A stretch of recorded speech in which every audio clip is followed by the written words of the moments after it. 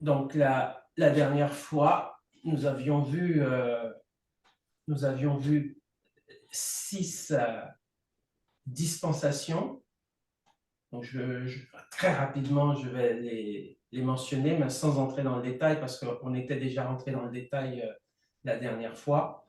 Donc, la dispensation de l'innocence, la dispensation de la conscience, la dispensation du tribunal humain, avec l'instauration de la peine capitale, la dispensation de la promesse avec Abraham, la dispensation de la loi avec Moïse, la dispensation de l'Église et de la grâce euh, avec la mort et la résurrection de notre Seigneur Jésus-Christ et ce temps, cette parenthèse qu'est l'Église.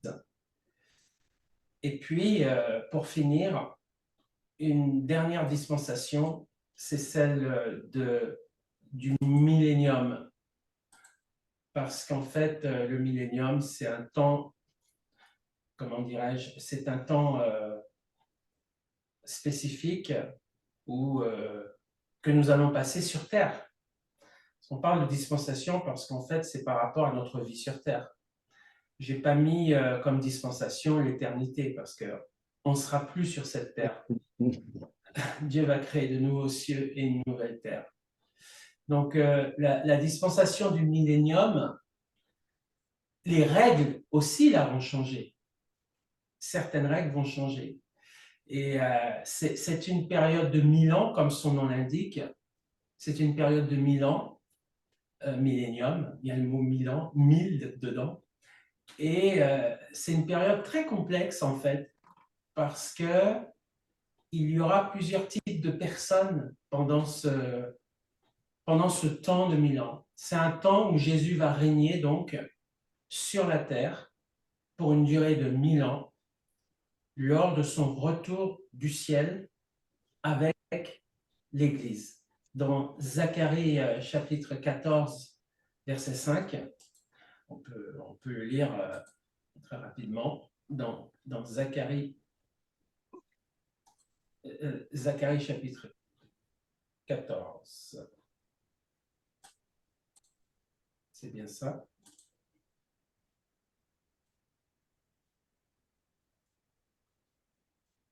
Oui. Alors, je tourne les pages en même temps pour le montrer à l'écran. Je suis presque prêt pour vous le montrer. Voilà. Ça y est, je suis prête. Donc, je prends l'écran et je montre sur l'écran. Hein, c'est mieux. Donc, Zacharie chapitre 14 et à partir du verset 5, il est dit « Vous fuirez alors dans la vallée de nos montagnes ». Alors, en fait, dans le contexte, on est dans cette période, en fait, qu'on appelle la tribulation. C'est-à-dire, c'est une période de 7 ans pendant laquelle le faux Messie, l'Antichrist, va régner, va dominer sur la terre. Et c'est une période, en fait, de jugement.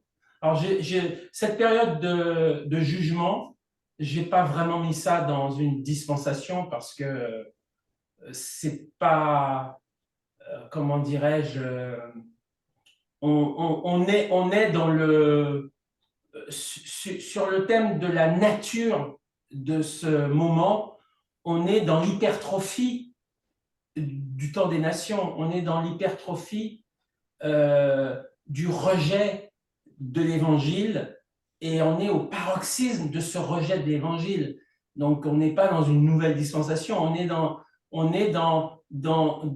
la fin de la dispensation de l'Église qui aboutit à un pugilat et à une condamnation du monde qui, globalement, aura rejeté l'Évangile. Donc, c'est plutôt une parenthèse entre deux moments forts, c'est-à-dire le temps de l'Église et le millénium. C'est plus une parenthèse qu'une dispensation vraiment. Et donc, au verset 3, il est dit « L'Éternel paraîtra et il combattra ces nations comme il combat au jour de la bataille. » C'est quoi? C'est parce que Jésus revient avec ses anges, avec les saints, avec nous. Jésus revient et là, nous et Jésus, nous combattons l'Antichrist.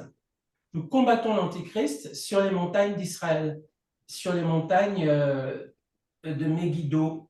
C'est pour ça qu'on appelle ça d'ailleurs Armageddon, parce qu'on est sur les montagnes de Megiddo, qui sont au large, me semble-t-il, dans les contreforts, enfin, aux alentours de Jérusalem. C'est une région aux alentours de Jérusalem.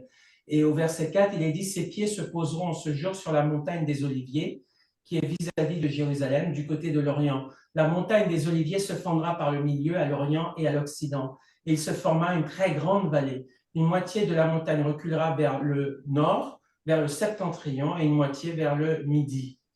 Vous fuirez alors dans la vallée de mes montagnes, car la vallée des montagnes s'étendra jusqu'à Haxel. Vous fuirez comme vous avez fui devant le tremblement de terre au temps d'Ozias, roi de Juda.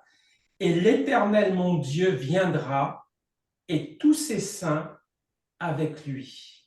En ce jour-là, il n'y aura point de lumière, il y aura du froid et de la glace.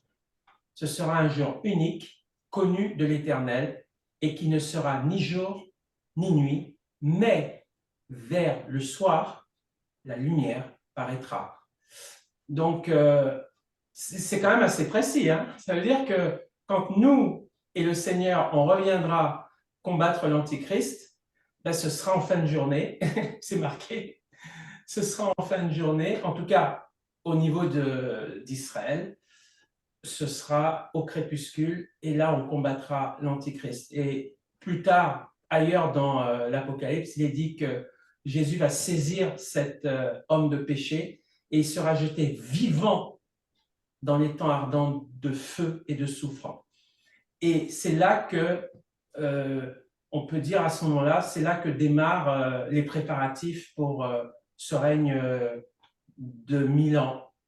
Ça démarre à ce moment-là. Et donc, alors,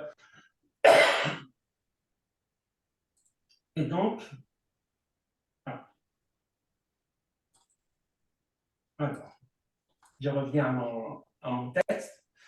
Et donc, c'est ce que dit Zacharie 14, verset 5.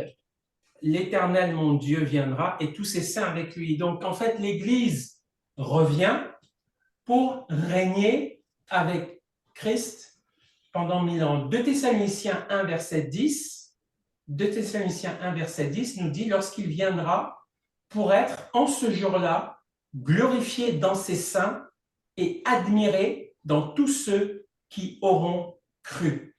Car notre témoignage auprès de vous a été cru. » Donc, c'est un peu dit d'une autre façon, ça rejoint ce qu'on vient de lire dans Zacharie. Donc, il y a un jour spécifique où Jésus va revenir pour instaurer ce règne de 1000 ans, et il ne vient pas seul, il viendra avec nous. Puis dans Actes, verset 1, verset 9, chapitre 1, verset 9 à 11, hein, Actes chapitre 1, verset 9 à 11, on peut le lire ensemble d'ailleurs, parce que j'ai la référence. Actes chapitre 1, verset 9 à 11. Après avoir dit cela, il fut élevé pendant qu'il le regardait. Donc ça, c'est quand Jésus quitte les disciples pour monter au ciel. Pendant qu'ils le regardaient, une nuée le déroba à leurs yeux, et comme ils avaient les regards fixés vers le ciel pendant qu'ils s'en allaient, voici 2 hommes vêtus de blanc leur apparurent et dirent « Hommes galiléens, pourquoi vous arrêtez-vous à regarder au ciel?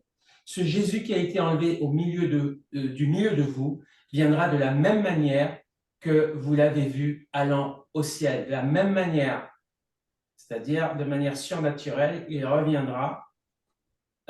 Il descendra du ciel pour régner. Pour régner. Donc, ce règne de 1000 ans, Jésus va en fait régner sur son trône Et le trône du Seigneur sera à Jérusalem, dans un temple qui sera nouvellement construit. Et ça, on le voit notamment dans le livre d'Ézéchiel, du chapitre 40 au chapitre 48. On voit tout ce qui concerne ce nouveau temple, et on voit le Seigneur s'asseoir dans ce temple et régner à partir du trône qui sera dans ce temple de Jérusalem. Et ce qui est particulier, c'est que de ce temple, de la, comment dirais-je, du seuil du trône, va sortir un filet d'eau qui va grossir, grossir, grossir, grossir jusqu'à devenir une rivière, un torrent, comme dit Ézéchiel, qu'on ne pourra même pas traverser, un torrent énorme. Et ce torrent énorme va purifier, va entrer dans la mer Méditerranée et va purifier toute la mer Méditerranée. Je dis bien purifier. Voilà. Et c'est possible aussi, la Bible ne le mentionne pas, c'est possible aussi que ça purifie non seulement la mer Méditerranée, mais que ça purifie tous les océans. Et c'est très symbolique hein, de voir que c'est le Seigneur qui amène la purification, qui amène, parce qu'il faut savoir qu'il y aura des fléaux terribles pendant le temps de l'Antichrist, parce qu'il y aura, l'eau sera changée en sang. Les mêmes miracles que Moïse avait fait d'ailleurs pendant les plaies d'Égypte, l'eau va être changée en sang, l'eau de la mer, l'eau de rivière sera changée en sang. Donc il faudra donc purifier toute cette eau, et c'est le Seigneur lui-même, par l'eau, enfin l'eau vive, c'est vraiment, on peut vraiment dire ça, c'est l'eau vive, hein. L'eau vive qui sortira de ce trône va purifier tout, toutes les eaux. Et dans Apocalypse 20, verset 6, il est dit « Heureux et saints ceux qui ont part à la première résurrection. La seconde mort n'a point de pouvoir sur eux, mais ils seront sacrificateurs de Dieu et de Christ, et ils régneront avec lui pendant 1000 ans. » Alors ça, c'est la dernière, on peut dire la dernière dispensation. C'est-à-dire le dernier épisode de l'humanité sur Terre, avec pour acteur le Seigneur qui sera là, l'Église qui sera là, mais une Église glorifiée, sans péché, et puis aussi Israël qui sera là, l'Israël de Dieu, l'Israël ressuscité, l'Israël aussi de ceux qui vont, parmi les Juifs, se convertir quand Jésus va revenir, c'est-à-dire le tiers des Juifs, quand Jésus va revenir, vont se tourner vers lui et vont enfin le recevoir le reconnaître comme leur Messie.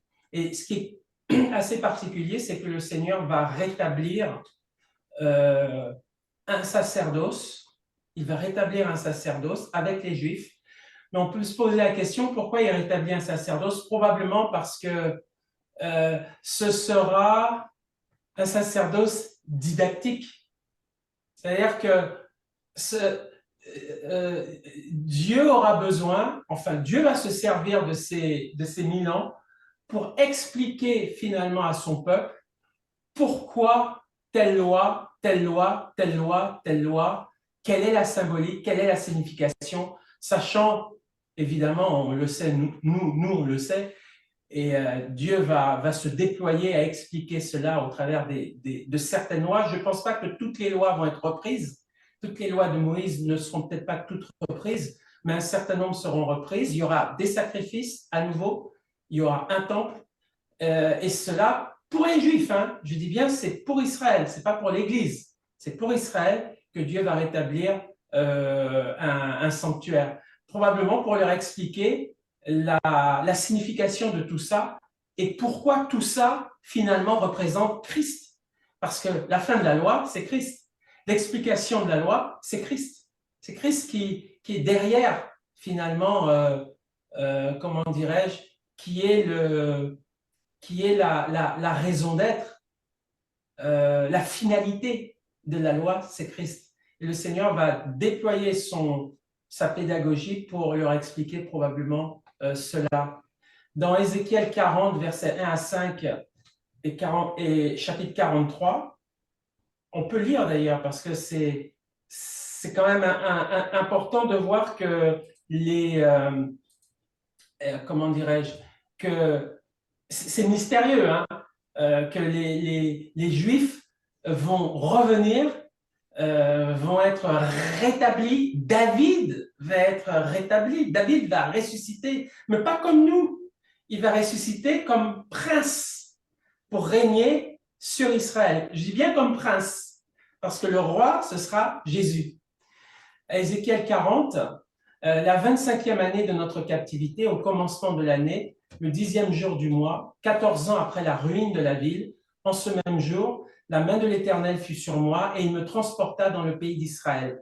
Il m'y transporta dans des visions divines et me déposa sur une montagne très élevée où se trouvait au midi comme une ville construite. Il me conduisit là et voici, il y avait un homme dont l'aspect était comme l'aspect de l'airain. Il avait dans la main un cordeau de lin et une canne pour mesurer, et il se tenait à la porte. Cet homme me dit, Fils de l'homme, regarde de tes yeux et écoute de tes oreilles. Applique ton attention à toutes les choses que je te montrerai, car tu as été amené ici afin que je te les montre.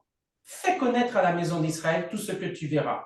Voici, un mur extérieur entourait la maison de tous côtés. La gloire de l'Éternel entra dans la maison par la porte qui était du côté de l'Orient. Alors l'Esprit m'enleva et me transporta dans le parvis intérieur. Et voici, la gloire de l'Éternel remplissait la maison. J'entendis quelqu'un qui me parlait depuis la maison, et un homme se tenait près de moi. Il me dit, Fils de l'homme, c'est ici le lieu de mon trône, le lieu où je poserai la plante de mes pieds. J'y habiterai éternellement au milieu des enfants d'Israël.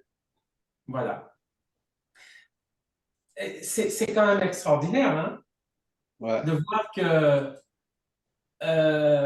de voir que il y aura un temple qui sera reconstruit, Jésus va régner, son trône sera là dans ce temple. Ses pieds, donc c'est bien lui, hein, mes pieds, je poserai la plante de mes pieds, j'y habiterai éternellement au milieu des enfants d'Israël. Effectivement, donc c'est vrai que les conditions de vie sur Terre pendant ce millénium, par contre, effectivement, ce sera bonifié, hein, avec pour ceux qui se seront, pour les nations, pardon, qui entreront dans ce millénium, dans ce temps de 1000 ans, qui devront évidemment croire en Jésus pour avoir la vie éternelle, pour être sauvés. Donc, ce n'est pas l'Église, hein, les nations qui vont rentrer pendant ce temps de 1000 ans, ce seront les nations qui resteront après la chute de l'Antichrist. Et donc, les personnes qui vont rentrer là-dedans devront, dans ce millénium, devront se convertir et n'auront pas un corps de gloire comme nous, Église. Ils n'auront pas ce corps de gloire. Et donc, la Bible dit dans Ésaïe 65, verset 20, « Il n'y aura plus ni enfant ni vieillard qui n'accomplissent leur jour, car celui qui mourra à 100 ans sera jeune, et le pécheur âgé de 100 ans sera maudit. » Donc, en principe, les gens sont censés vivre beaucoup plus longtemps pendant ce temps de 1000 ans. Et celui qui meurt à 100 ans, c'est que vraiment, il est loin de Dieu. Parce qu'il n'est pas censé, la longévité, etc., est faite de telle façon que, en principe, les gens, même s'ils ont un corps mortel, doivent vivre beaucoup, beaucoup, beaucoup plus longtemps. Et puis, le règne animal aussi va être modifié pendant ce règne de 1000 ans, puisque dans Ésaïe chapitre 11, on peut le regarder ensemble, le règne animal, hein, le règne animal, c'est-à-dire la manière dont, comment dirais-je, dont les animaux, le règne animal sera modifié, c'est-à-dire qu'il reviendra comme à l'époque d'Adam. Le loup habitera avec l'agneau et la panthère se couchera avec le chevreau. Le veau, le lionceau et le bétail qu'on engraisse seront ensemble, et un petit enfant les conduira. La vache et l'ours auront un même pâturage, leurs petits un même gîte, et le lion, comme le bœuf, mangera de la paille. Le nourrisson s'ébattra sur l'antre de la vipère, et l'enfant sevré mettra sa main dans la caverne du basilic. Il ne se fera ni tort ni dommage sur toute ma montagne sainte, car la terre sera remplie de la connaissance de l'Éternel, comme le fond de la mer, par les eaux qui le couvrent. Et puis dans Ézéchiel 47, il me ramena vers la porte de la maison, et voici, de l'eau sortait sous le seuil de la maison à l'orient, car la face de la maison était à l'orient. L'eau descendait sous le côté droit de la maison et au midi de l'autel. Il me conduisit par le chemin de la porte septentrionale et il me fit faire le tour par dehors jusqu'à l'extérieur de la porte orientale. Et voici, l'eau coulait du côté droit. Lorsque l'homme s'avança vers l'Orient, il avait dans la main un cordeau et il mesura 10 coudées. Il me fit traverser l'eau et j'avais de l'eau jusqu'aux chevilles. Il mesura encore 1000 coudées et me fit traverser l'eau et j'avais de l'eau jusqu'aux genoux. Il mesura encore 1000 coudées et me fit traverser et j'avais de l'eau jusqu'aux reins. Il mesura encore 1000 coudées. C'était un torrent que je ne pouvais traverser, car l'eau était si profonde qu'il fallait y nager. C'était un torrent qu'on ne pouvait traverser. Il me dit, « As-tu vu, fils de l'homme ?» Et il me ramena au bord du torrent. Quand il m'eut ramené, voici, il y avait sur le bord du torrent beaucoup d'arbres de chaque côté. Il me dit, « Cette eau coulera vers le district oriental, descendra dans la plaine et entrera dans la mer. Lorsqu'elle se sera jetée dans la mer, les eaux de la mer deviendront saines. Tout être vivant qui se meut vivra partout où le torrent coulera. Il y aura une grande quantité de poissons, car là où cette eau arrivera, les eaux deviendront saines et tout vivra partout où parviendra le torrent. » Donc, cette dispensation, en fait, on voit donc que c'est un temps de régénération. C'est un temps où Dieu est présent physiquement sur terre.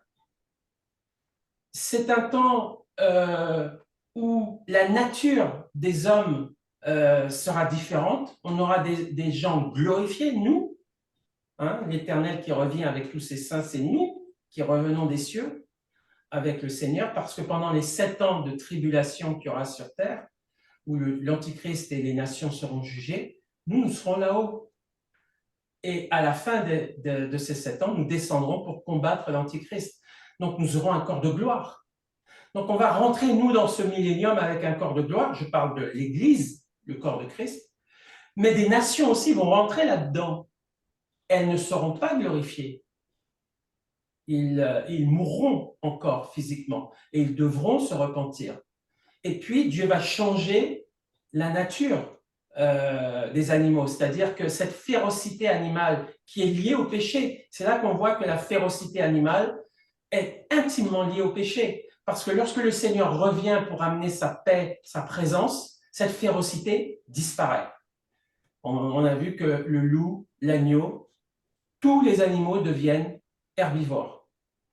Et puis, les eaux s'assainissent, les arbres fleurissent. Enfin, il y a un renouvellement total de la planète. Et puis, Israël, je parle de l'Israël de l'Ancien Testament qui a cru en Dieu. Cet Israël revient, est ressuscité, prend possession de sa terre promise avec David pour prince et Jésus pour roi. Seulement, Jésus règne sur Israël, mais Jésus, en tant que roi, règne aussi sur le monde. Il règne sur les deux, il règne sur toutes les nations et il règne aussi sur Israël. Donc voilà un peu la configuration de ce règne de 1000 ans qui est exceptionnel. Enfin, c'est, on a pour ainsi dire jamais connu ça. Voilà, on n'a jamais connu ça et on va connaître quelque chose d'extraordinaire. Et puis, surtout, une des choses les plus importantes, c'est que pendant ce règne de 1000 ans, Satan, le diable et ses démons seront neutralisés. Alors, ça, c'est important parce qu'on voit aussi que Jésus ne peut pas régner et partager son règne avec un adversaire qui serait là, qui rôde, qui qui fomente des choses, etc., Jésus va neutraliser le diable. Dieu ne peut pas accepter de régner avec des démons qui sont sur terre. Donc, ces démons et Satan seront neutralisés dans Apocalypse chapitre 20, versets 1, 2 et 7. Puis je vis descendre du ciel un ange qui avait la clé de l'abîme et une grande chaîne dans sa main. Il saisit le dragon, le serpent ancien, qui est le diable et Satan, et il le lia pour 1000 ans. Le jeta dans l'abîme, ferma et scella l'entrée au-dessus de lui, afin qu'il ne séduisît plus les nations, jusqu'à ce que les 1000 ans fussent accomplis. Donc, c'est quand même intéressant de savoir que les hommes n'auront plus l'excuse de dire c'est la faute de Satan, parce que Satan ne sera pas là. Il sera lié et on peut imaginer que les démons seront liés avec lui. Ce n'est pas écrit, mais selon toute vraisemblance, on peut l'imaginer. Et donc c'est un règne vraiment de pureté, en tout cas de pureté. C'est un règne aussi, ce règne de 1000 ans, c'est aussi un règne assez despotique. Pas dans le mauvais sens, mais c'est un règne où il est dit que Jésus va régner avec une main de fer. Donc, ça veut dire qu'on ne pourra pas faire ce qu'on veut. Les nations ne pourront pas faire ce qu'elles veulent. En fait, ce sera une dictature soft. Une dictature soft où le Seigneur imposera, par la force, imposera ce règne. D'ailleurs, il est dit que tous les ans ou régulièrement, les responsables des nations et les nations devront se prosterner devant le Seigneur régulièrement et venir à Jérusalem pour rendre hommage à Dieu. Si une nation ne se déplace pas, elle sera châtiée. Donc, autant le dire, la Bible dit qu'elle sera châtiée. Donc, ce n'est pas un règne, je dirais, c'est un règne très ferme, très, très ferme, et où le Seigneur va régner. Mais fermeté ne veut pas dire manque d'amour, fermeté ne veut pas dire cruauté. Non, c'est au contraire, c'est un règne d'amour, mais c'est un règne qui interdit le péché parce que, en principe, les hommes ont beaucoup moins d'excuses là par rapport au péché. Malheureusement, ce règne va se terminer par Satan va être relâché. Satan va être relâché et il va séduire les nations. Il va séduire les nations et Dieu va permettre ça en fait pour faire sortir du cœur des gens leur vraie motivation. Parce que tant que Dieu est là, la rébellion n'est pas possible. Tant que Jésus règne, la rébellion extérieure n'est pas possible. Mais le Seigneur veut que les gens se déterminent par rapport à leur choix de cœur. Et donc Dieu va permettre à Satan de séduire à nouveau ceux qui ne veulent pas du Seigneur finalement. Hein. Et donc, il y aura une dernière révolte à la fin de ces 1000 ans. Alors, cette dernière révolte, à la fin de ces 1000 ans, où Satan va être relâché pour séduire à nouveau ceux qui se laisseront séduire finalement. Et c'est là que Dieu va mettre un terme définitivement au diable. Et puis, entre le jugement, le dernier jugement, c'est-à-dire la deuxième résurrection, c'est ce qui est écrit dans Apocalypse chapitre 20.